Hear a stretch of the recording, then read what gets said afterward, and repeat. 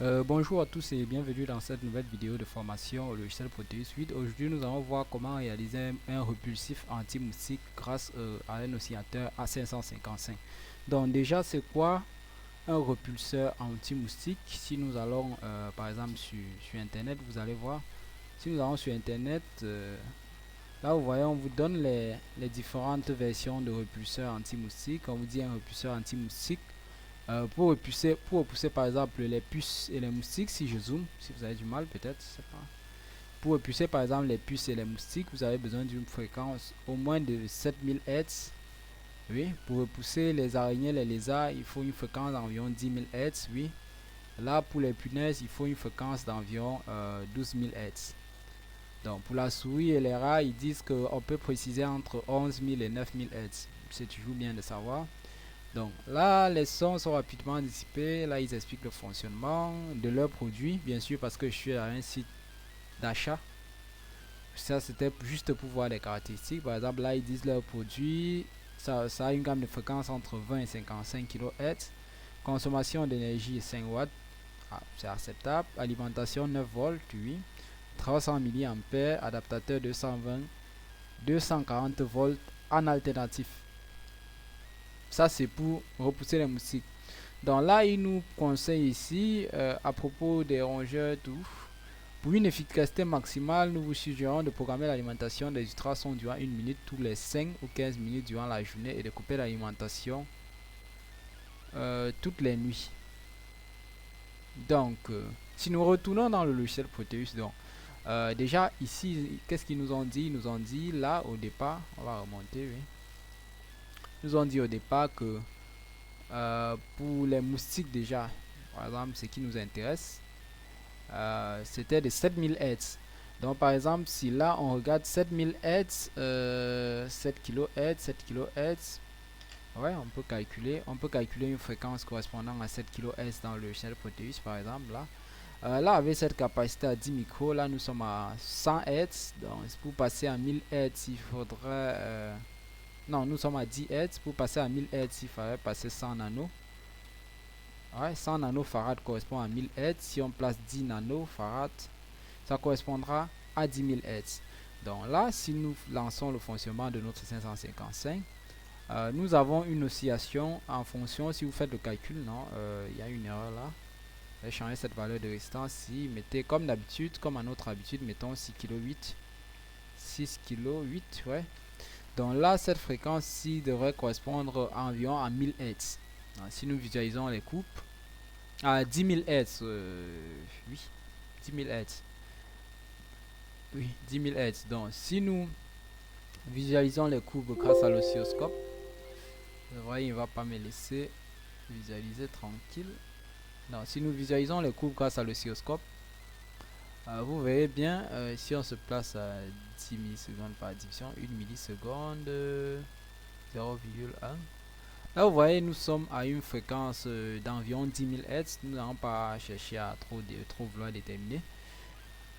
Parce que le calcul nous donne ça. Ah, qu'est-ce que je fais? C'est vraiment pas mon jour. Hein. Donc là, oui, donc environ, avec ces caractéristiques-ci, nous sommes environ à une fréquence de 10 kHz. Ce que nous allons faire, c'est appliquer cette fréquence au bon d'un haut-parleur. Nous allons prendre un haut-parleur speaker ici, dans le logiciel Proteus. Speaker. Et prendre un haut-parleur là. Vous le placez ici. Ouais. Que vous raccordez à votre haut-parleur. Donc là, vous placez le point de ground. Donc ici.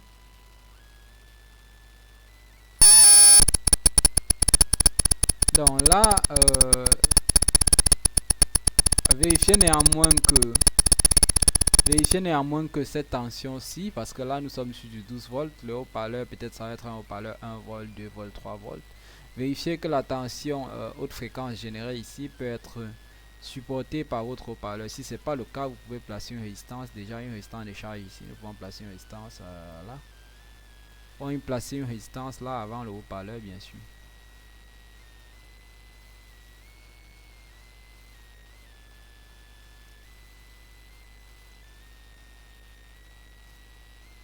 Alors là, vous pouvez placer une résistance là. Nous avons une résistance de faible valeur nécessairement.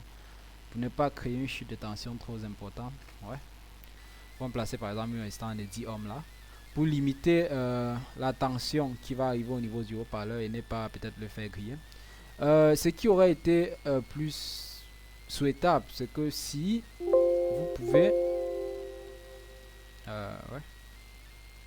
Le plus souhaitable ici aurait été de placer une inductance ici et une capacité pour rendre sinusoïdal le signal de 10 kHz. Vous pouvez le faire, vous avez les formules pour ça. Étudier le phénomène de résonance ici à 10 kHz. Mais néanmoins, vous pouvez laisser le signal carré. Vous entendrez néanmoins un bruit très très faible parce que 10 kHz ça reste dans les fréquences audibles par l'homme. 10 kHz ce sont encore les fréquences audibles par l'homme. Ah là, la résistance, je sais pas, peut-être. Ah non, elle n'est pas grande. Ah, c'est bon. Donc 10 kHz ça reste encore dans les fréquences audibles par l'homme. Donc faites attention.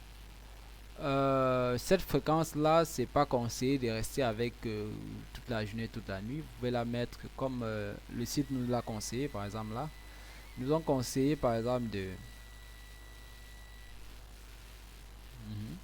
Là, ils nous ont conseillé par exemple de les éteindre toute la nuit. Et c'est vraiment conseillé. C'est un très bon conseil néanmoins. Donc là, nous sommes à 10 kHz dans le logiciel Proteus. Ça veut dire que nous frôlons la fréquence qui embête les araignées, les mouches et les lézards. Donc, vous pouvez faire des essais pratiques, ça marche très bien. Plus le haut-parleur a une portée des aigus, parce que 10 kHz, le son là, il est plus aigu que basse. Donc, plus votre haut-parleur peut porter les aigus, plus ça va éloigner les insectes qui sont plus ou moins à proximité. Donc, si votre haut-parleur peut porter ces aigus là à 10 km, à 100 mètres, bon, je ne vais pas exagérer quand même. S'il peut porter ces aigus là peut-être à 10 mètres, 5 mètres, vous voyez, il va éloigner tous les insectes qui sont dans ce périmètre là. Donc là, les insectes vont se sentir comme gênés, comme attaqués. Vous supposez par exemple pour vous, pour comparaison, supposez que vous êtes dans un champ de bataille, vous voyez, vous serez toujours gêné, il y aura toujours une gêne, vous aurez toujours ce sixième sens là qui vous avertira d'un danger imminent. Donc là, ils ont dit pour les chauves-souris, cafards, les battes, les punaises, il fallait se situer aux environs des 12 000 Hz. Donc, je vous laisse changer la valeur ici. Honnêtement, vous avez la formule, on va pas s'embêter à calculer toutes les fréquences. Néanmoins, sachez-le, vous pouvez placer ici, par exemple, je suppose, vous pouvez placer une capacité variable ou bien vous pouvez placer ici un potentiomètre. Cette fois-ci, c'est ce qu'on va faire pour cette vidéo-ci. Ce potentiomètre-ci permet de régler le rapport cyclique. Là, là, je vous conseille pas de toucher. Là, 50%, c'est bon. Vous pouvez le laisser à 50%, non réglé. Ou même le débrancher tout court. Ça dépend. 50%, ça veut dire 50% en haut, 50% en bas. Donc, c'est comme s'il n'était pas là. Donc, ce que vous pouvez faire, c'est remplacer par exemple cette résistance de 10 kg ci par un potentiomètre ici qui nous permettra cette fois-ci, par exemple là, ouais, si on place comme ça,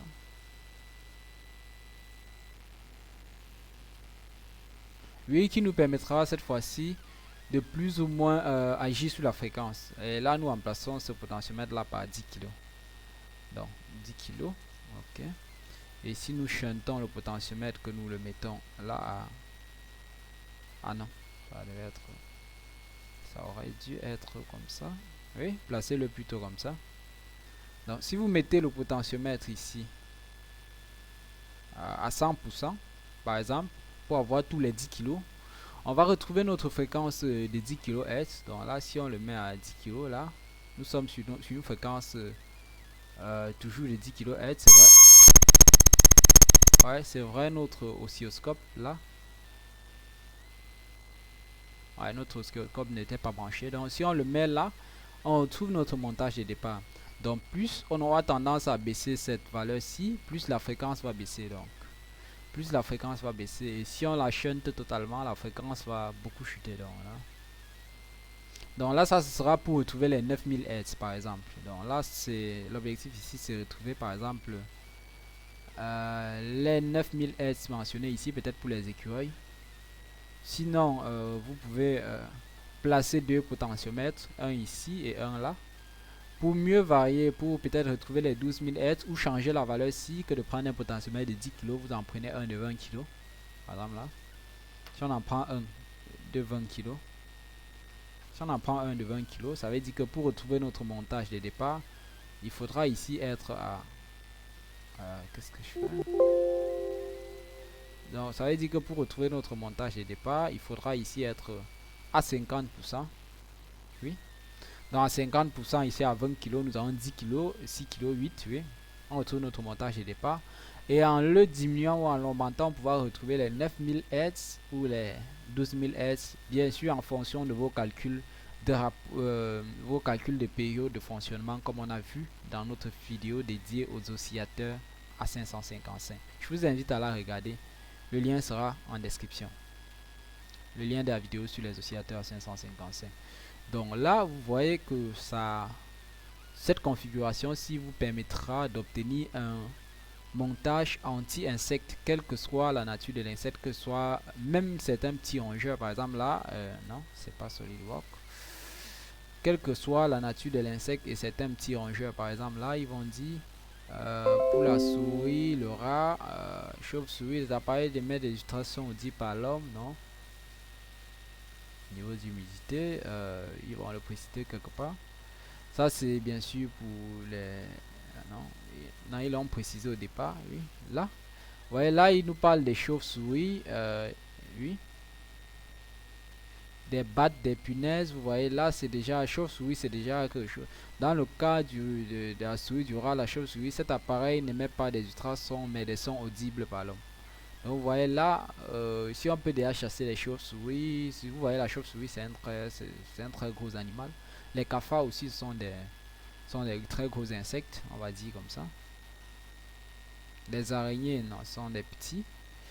Les moustiques qui sont les plus petits mais vraiment les plus dérangeants. Les puces également. Donc faites-le, réalisez ce montage-ci pour vous épargner tout ce temps d'insectes-ci. Il fonctionne honnêtement. Mais il émet, vu que nous sommes, vu que les insectes, vous voyez que la gamme de fréquence 12000 Hz c'est une gamme de fréquence audible par l'homme, 10 000 Hz c'est audible par l'homme, 7000 Hz c'est audible par l'homme, même les 25 000 Hz qu'il recommande là, je sais pas trop c'était pourquoi, 20 à 55 kHz. Donc vous pouvez arriver à 20 kHz, ça va toujours les gêner mais ce ne sera pas très spécifique peut-être pour les cafards ou pour les moustiques. Donc variez en fonction de l'insecte que vous avez le plus à disponibilité. C'est vrai, ça va gêner aussi d'autres insectes, donc en passant. Donc j'espère que le montage vous aidera. Le voici, le lien en description là. Il va y mettre un son aigu là, vous voyez là. Donc l'idéal ici serait de lisser, comme je vous ai dit. Vous pouvez ajouter une bobine et une capacité comme on s'est dit dans les précédentes vidéos. Donc jusque là, si ce spread, si j'oublie le nom déjà, quoi, ce repulsif anti-moustique, autant pour moi. Si ce repulsif anti-moustique vous aide, partagez la vidéo, partagez les schémas, oui, pour aider d'autres personnes qui sont dans le besoin d'éloigner des moustiques, des cafards ou des lézards. Je vous dis à très bientôt pour une autre vidéo. En attendant, abonnez-vous, portez-vous bien et à très bientôt.